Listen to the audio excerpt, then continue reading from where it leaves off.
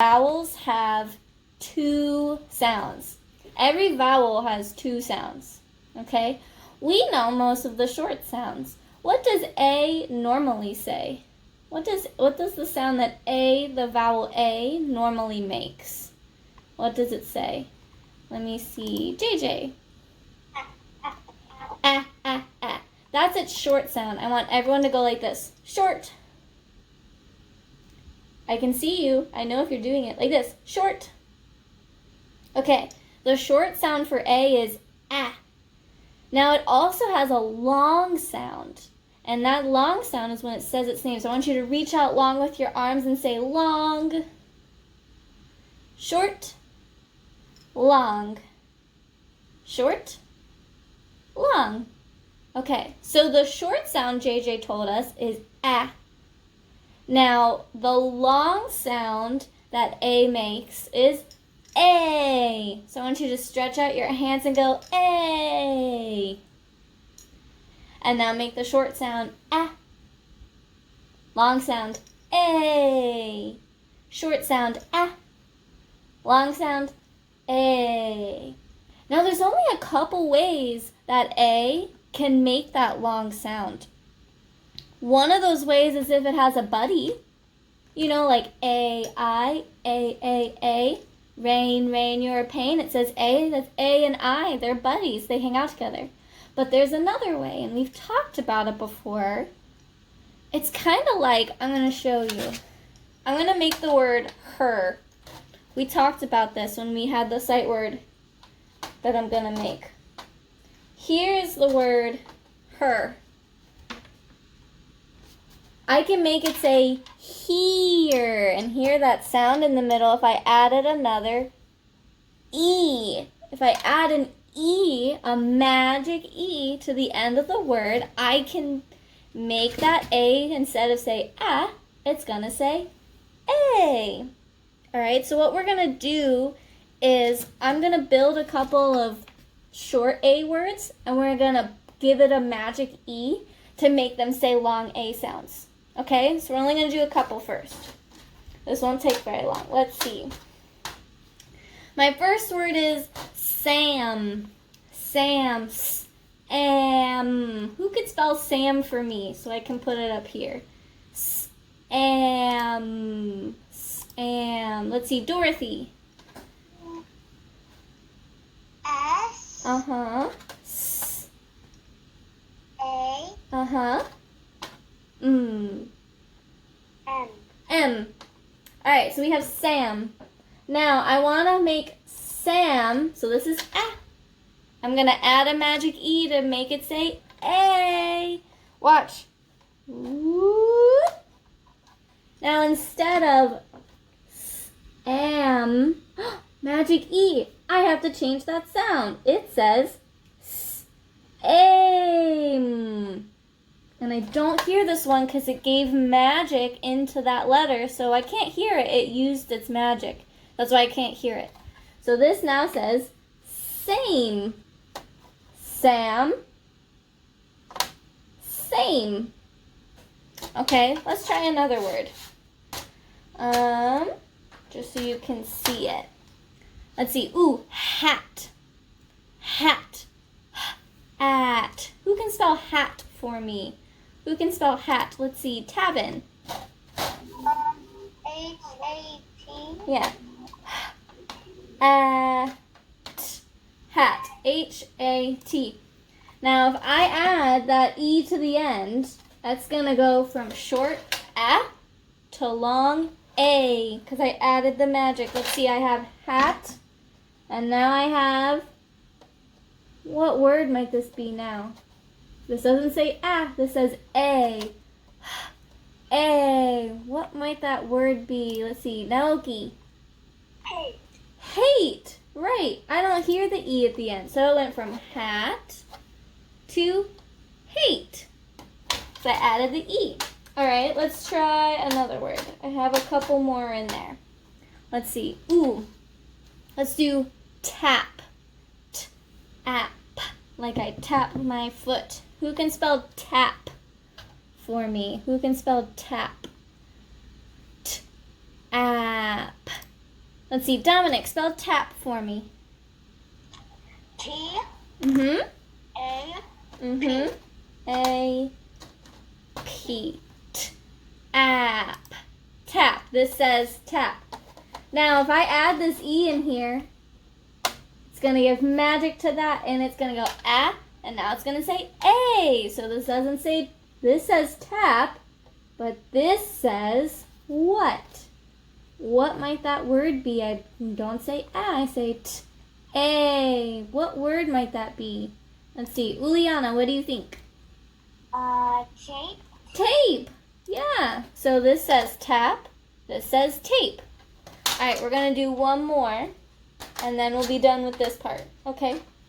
My last word is, mad.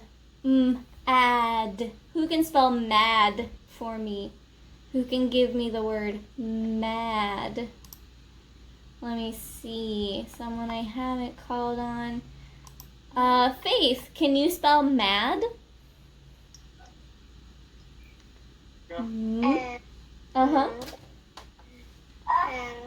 Ah. Mm-hmm. A. Yeah. What's next? D. D. D. Awesome.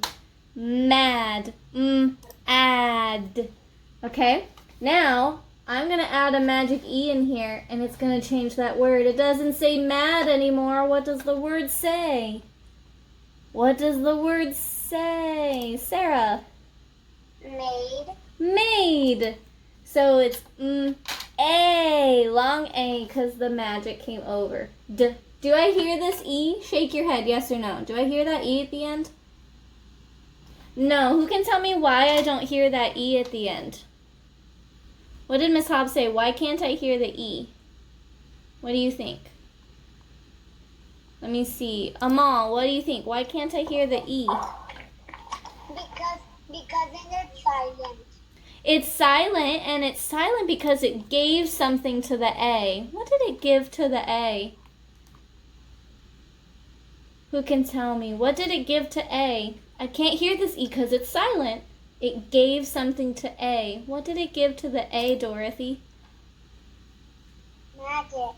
Magic. And part of that magic took its sound away. JC, you need to stop. It gave the sound away. So it gave its magic and its sound so that this can go from short to long. So real quick, let's do the two sounds A can make. Ready? We have ah. Everyone do it with me. Ah is the short sound, and the long sound is A. Short, ah. Long sound, A. Awesome. All right, so the last part I have for us, so that was just a quick thing. You guys are going to be learning more about and looking at more words where you add a magic E at the end and it makes it say A this week, okay? But because it's Cinco de Mayo, I have a fun story for us to read. It's called Chicks and Salsa. Chicks and Salsa. Not chips, but chicks and salsa. Now to read this story, I have to get in the festive mood. I told you I had a surprise of something I can wear during the story. So I brought my sombrero out so I can properly read our story for Cinco de Mayo. Okay? This is called Chicks and Salsa. Now you're going to write about something about the story at the end, so make sure you're paying attention. Okay? There were grumblings in the hen house of Nuthatcher Farm. The chickens were tired of eating chicken feed, so the rooster took it upon himself to solve this problem. They didn't want to eat chicken feed anymore. Mrs. Nuthatcher, the farmer's wife, had started watching cooking shows in the afternoons. The rooster was perched on the fence post outside the farmhouse window when he discovered a solution to his problem. Salsa! So look, she's watching the shows. He's watching the cooking shows, and he says, Salsa! Led by the rooster, the chickens crept into the garden where they took tomatoes, and uprooted onions. There they are in the garden. Those are ingredients for salsa: tomatoes, onions. That night, the chickens ate chips and salsa, though nobody was quite certain where they got the chips.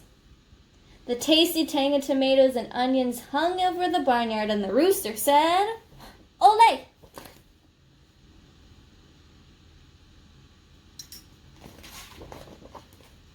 Very soon there were mumblings at the duck pond of Nuthatcher Farm. Inspired by the chickens, the ducks decided they were tired of eating fish. With the rooster's encouragement, the ducks dipped into the garden, where they selected cilantro and garlic. That's not the same ingredients of salsa. I wonder what they're making. Cilantro and garlic. That night, the ducks ate guacamole, though nobody was quite certain where they got the avocados. The spicy scent of garlic and cilantro hung over the barnyard, and the ducks said, "Ole!" So they had guacamole. The next morning, there were rumblings at the pig pen of Nuthatcher Farm. Overwhelmed by the enticing aromas, the pigs decided they were tired of pig slop. They smelled all that wonderful salsa and guacamole. They're like, "I don't want to eat pig slop." While the rooster distracted the farmer, the pigs plodded into the garden, where they borrowed beans and chopped chiles. Beans and chiles.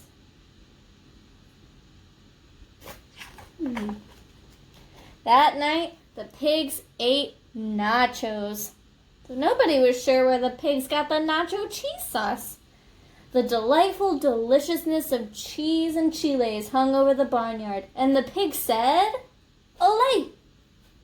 As everyone knows, when a passion for southwestern cuisine takes a hold of any farm animal, with so many sumptuous, savory scents collide in the barnyard, it can only lead to one thing. So there's salsa and nachos and guacamole. What's going to happen next? A fiesta! The rooster got things organized and returned to his fence post to watch for a good enchilada recipe. The horses decorated the barn, and the bull practiced his Mexican hat dance, though nobody was certain where he got his sombrero. So here they are, they decorated the barn. They're having a fiesta. There's the bull doing the Mexican hat dance, which is something you guys can learn tomorrow. I put it on your May-dos. You can try and learn a Mexican hat dance, just like the bull in the story. And the chickens, ducks, and pigs snuck into the garden, but all of their spicy southwestern cuisine ingredients were gone. The scallions stolen, the peppers pilfered, the limes had been lifted. Oh no! What are they going to eat now? But there were slurpings in the kitchen of Nuthatcher Farm. Stirred by the succulent smells in the barnyard, Miss Nuthatcher decided to make tamales for the county fair. A saucy sweetness hung over the farmhouse, and Mrs. Nuthatcher said, "Ole!" So far we've had chips and salsa, guacamole, nachos, enchiladas, tamales. Disappointed, the animals canceled their fiesta. That evening, the chickens ate chicken feed, the ducks ate fish, and the pigs ate their pig slop. Now they're all sad. There are no ingredients left. But while the Nuthatchers were at the fair, the rooster crept back into the kitchen and borrowed a French cookbook. The next morning, the rooster ate crepes with white grapes and champagne sauce. Though nobody was certain where the rooster learned how to read.